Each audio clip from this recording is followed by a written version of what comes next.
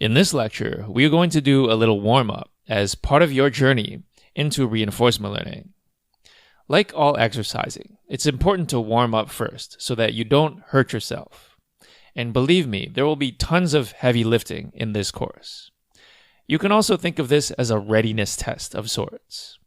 You can imagine that if you struggle to lift the 50-pound warm-up weight, then when it comes to the 100-pound weight, you might have some issues. So this is all for your health and well-being.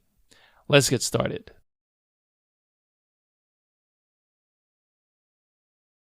So the language of this class is going to be probability. Everything we do is based on undergraduate level probability. We're going to start with a simple question. We have two probability distributions here, P of A comma B and P of A vertical bar B. The question is, what do we call these two kinds of distributions? In other words, what do this comma and this vertical bar mean? By the way, I'm not going to pause very often in this video, so if you want to take some time and remind yourself of the answer, please pause the video on your own as we go along.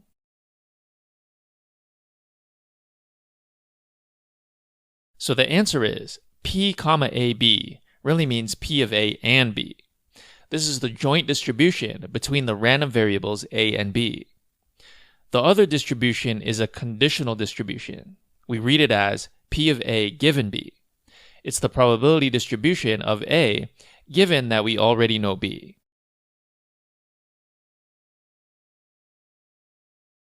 Alright, next question. Let's suppose I'm given some probability distribution, P of xy. By the way, now you know that this is a joint distribution between the random variables x and y. Let's say I want to know the distribution P of y. I have two questions for you here. Number one, what do we call the process of finding P of y using P of x and y? And what do we call P of y in this context? And number two, how do we actually find P of y using P of x and y? Again, take a moment on your own and pause the video if you have to.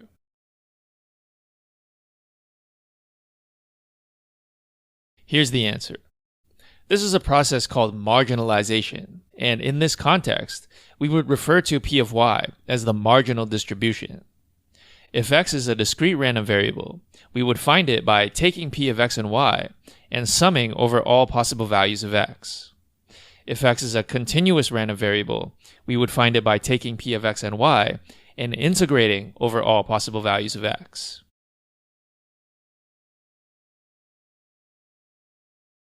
Next question, which is somewhat related to the previous one. I have here this weird E symbol, and inside of it, I have the random variable x. As a side note, I want to mention that you may see this in slightly different forms depending on where you look. I will just use a regular E, since it's pretty unambiguous and they don't have any fancy E's in the program that I use to make these lectures. But you can also have a bolded E or a fancy E. All are valid. In addition, you might see this with round brackets, square brackets, or squiggly brackets. All are fine. Finally, yet another nuance you may encounter is that sometimes the E will be subscripted by a letter corresponding to a random variable, or it may be subscripted by whatever symbol you are using to represent the distribution of that random variable. And sometimes there will be no subscript at all. Usually that's because it's pretty obvious what distribution we're referring to. Again, all are valid. So my question for you is, given some probability distribution P of x, how can I calculate E of x? And what do I call this value?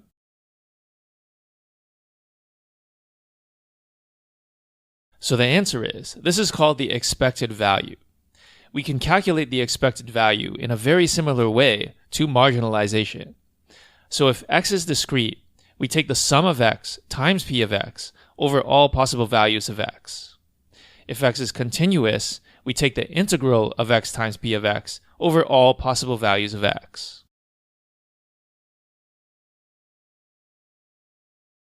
The next question is another question about expected values. Here's a similar notation, but now we have this vertical bar again, with a y on the right side of the bar. The question is again, what does this mean and how do I calculate it?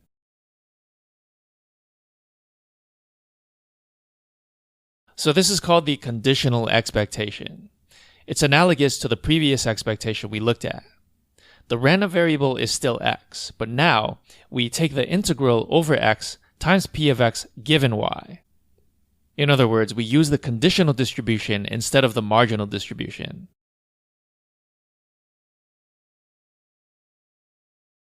Next question. Suppose I'm given some function g, and I want to know what is the expected value of g of x.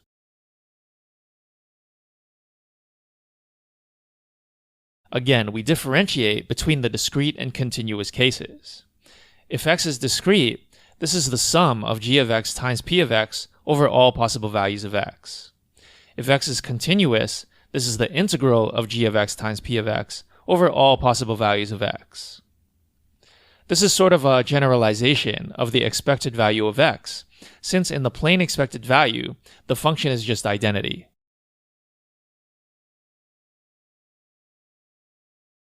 Next question. Suppose I have some constant c and some random variables x and y. I want to calculate the expected value of c times x plus y under some distribution. It doesn't matter what distribution it is, but if you want one, then let's say it's the joint distribution between x and y. The question is, using the fact that the expected value is a linear operator, how can I expand this expression?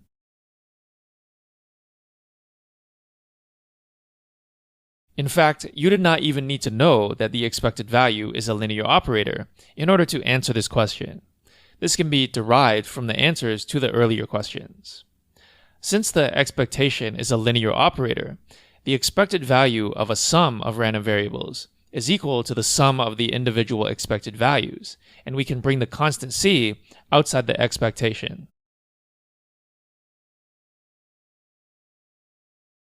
The next question is this. The expectation of x actually has a common name. What do we call it?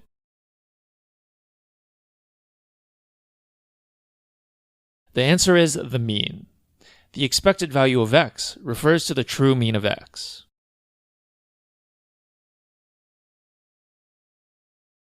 The next question is this.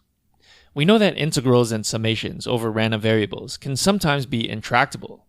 This is different from taking derivatives, which is completely mechanical and therefore easy. In fact, we now have programming libraries that can do it automatically. Integration, on the other hand, is almost always impossible, and is usually only tractable as an exception. So, given this fact, we typically want to estimate the expected value, instead of doing some integral in order to calculate it. The question is, if I can draw samples from the distribution p of x, how can I estimate the expectation of x?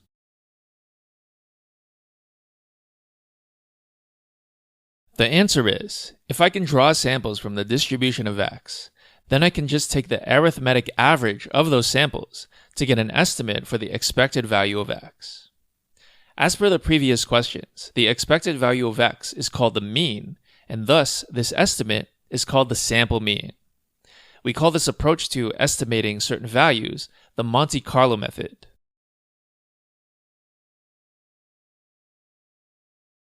For the next question, we're going to go back to probability distributions. Let's suppose I know the conditional distribution, p of x given y, and I know the marginal distribution, p of y. How can I use these to calculate p of y given x?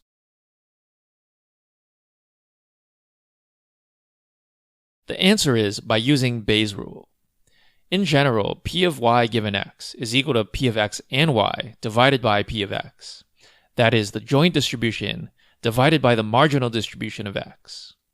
Of course, we were given neither of these, so we have to put them into terms of distributions we were given. P of x and y is just p of x given y times p of y. And as you know, p of x is the marginal distribution, which means it's the sum or integral of the joint distribution over xy, which is just the same as p of x given y times p of y that we have on top. Now again, it's important to remember that in practice, integrals and summations of this type are generally hard or impossible. We will see later in this course how they can be dealt with elegantly without having to resort to Monte Carlo methods.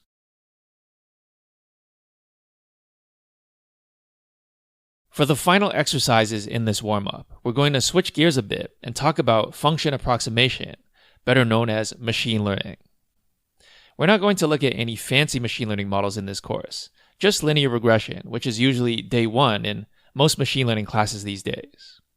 So suppose I'm given a set of data points, x1, y1, x2, y2, all the way up to xn, yn. In this case, we can say that the x's are d-dimensional vectors and the y's are scalars. As you know, the basic linear regression model is y hat equals w transpose x, where y hat is the model's prediction for y given x, and w is a d-dimensional vector of model parameters. The question is, in a linear regression, what loss function should I use to adjust w so that the y hats are close to the y's in the dataset?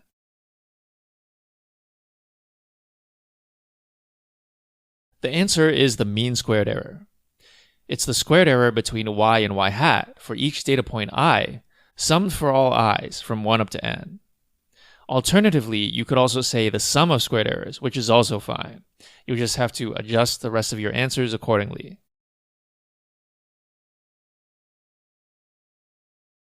The next question is this. Given our loss function, the mean squared error, what are two ways I can find the optimal value of the weight vector w?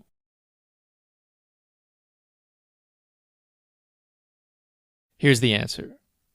The first method, which is the one students usually learn about in a traditional statistics or machine learning course, is called the closed form or analytical solution. We can get this by putting all of the x vectors into a giant matrix called big X, which is of shape n by d, and putting all the y samples into a giant vector called big Y, which is of shape n by 1. Then we plug those into this formula, and you get the weight vector w. The second method, which is more applicable in modern machine learning, including reinforcement learning, is gradient descent. The idea is, in a loop, we repeatedly find the gradient of the loss with respect to the parameters w, and then take small steps in the direction of the negative gradient. The size of the step is determined by the learning rate, alpha.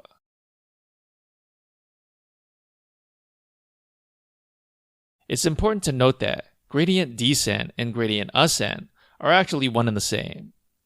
Suppose I take the negative of our loss, call it a utility, and say that we want to maximize this utility.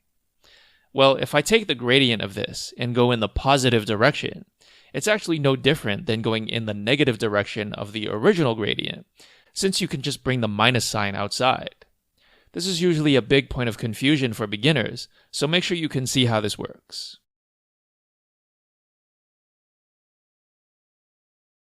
The next question is this.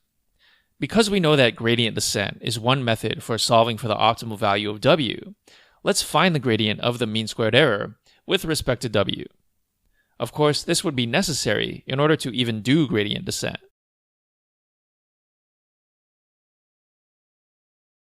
So here's the answer for the gradient. One method is to state it in terms of individual samples, xi and yi, which is fine. But in code, since we normally calculate summations using for loops, we would rather avoid for loops if possible, since they are slower than more vectorized operations. And so, if we use the matrix form of our dataset, we can express the gradient as 2 over n times big X transpose times big X times w minus big Y.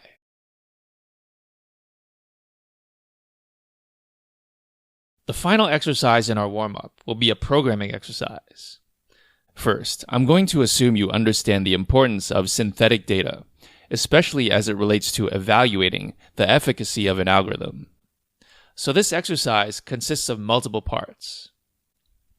First, you're going to generate data that is appropriate for use with a linear regression model. Second, you're going to find the optimal value of the model parameters using the gradient descent method rather than the analytical solution. This will of course involve choosing the learning rate, as well as the number of iterations of gradient descent that you need. Finally, confirm that you found the solution by plotting the loss at each iteration during the gradient descent process.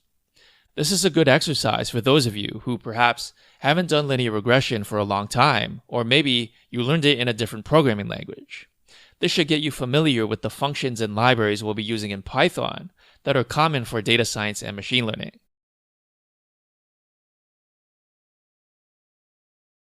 Alright, so that's it for our warm-up. Hopefully you did all the exercises and answered all the questions.